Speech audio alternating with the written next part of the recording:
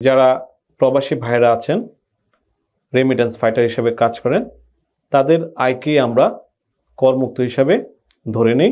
আপনাদের এই করমুক্ত আয়ও ক্ষেত্র বিশেষে করযোগ্য হয়ে যেতে পারে। বিসমিল্লাহির রহমানির রহিম। সম্মানিত সুনাগরিক করদাতাবৃন্দ, আসসালামু আলাইকুম। আজকে আমরা সংক্ষেপে যারা করমুক্ত আয় করেন তাদের বিষয়ে কথা বলতে চাই।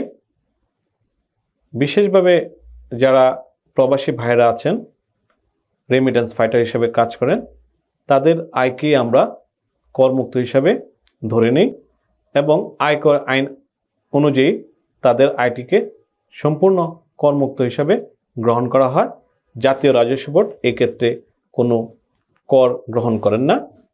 ওনারা প্রবাস জীবনে যে কষ্টার্জিত সম্পদ আমাদের অর্থ উপার্জন করে পাঠায় এবং এ দেশে আসে, যেহেতু উনি রেমিটেন্স আর্নার, সরাসরি উনি ইনকাম করেন এবং উনিই পাঠান, সেই ক্ষেত্রে ওনার এই আয়টি অবশ্যই করযোগ্য আয় হওয়ার কোনো সুযোগ নেই।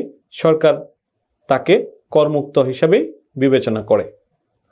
তাছাড়া একটি চুক্তি আছে, দ্বৈত কর চুক্তি। সেই কর চুক্তির আওতায়ও জাতীয় রাজস্ব বোর্ড এটাকে করমুক্ত রেখেছেন।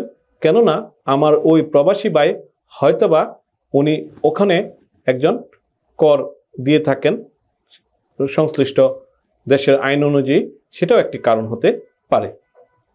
আমাদের বাংলাদেশে আরেকটি করমুক্ত আয় খুবই জনপ্রিয় আয় এবং সরকার অনেক টাকা রেমিটেন্স হিসেবে পেয়ে থাকে। আমাদের যারা মেধাবী তরুণ প্রজন্ম আছে তারা প্রত্যেকেই আউটসোর্সিং ফ্রিল্যান্সার হিসেবে কাজ করে থাকেন। আপনারা ফ্রিল্যান্সার ভাই যারা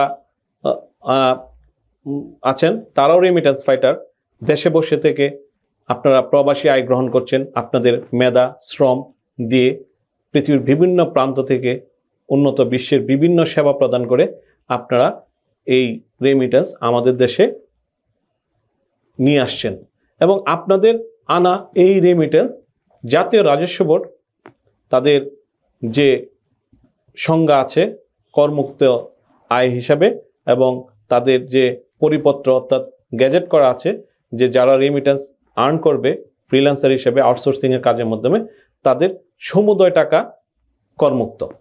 এইটা একটা বিশাল সুখবর আমাদের জন্য।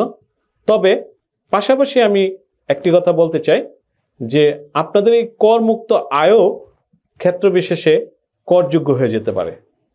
এই করমুক্ত আয় কিভাবে করযোগ্য হয়ে যেতে পারে সে সংক্রান্ত আমরা পরবর্তী সময়ে আপনাদের সঙ্গে একটি ছোট্ট আলোচনা করব।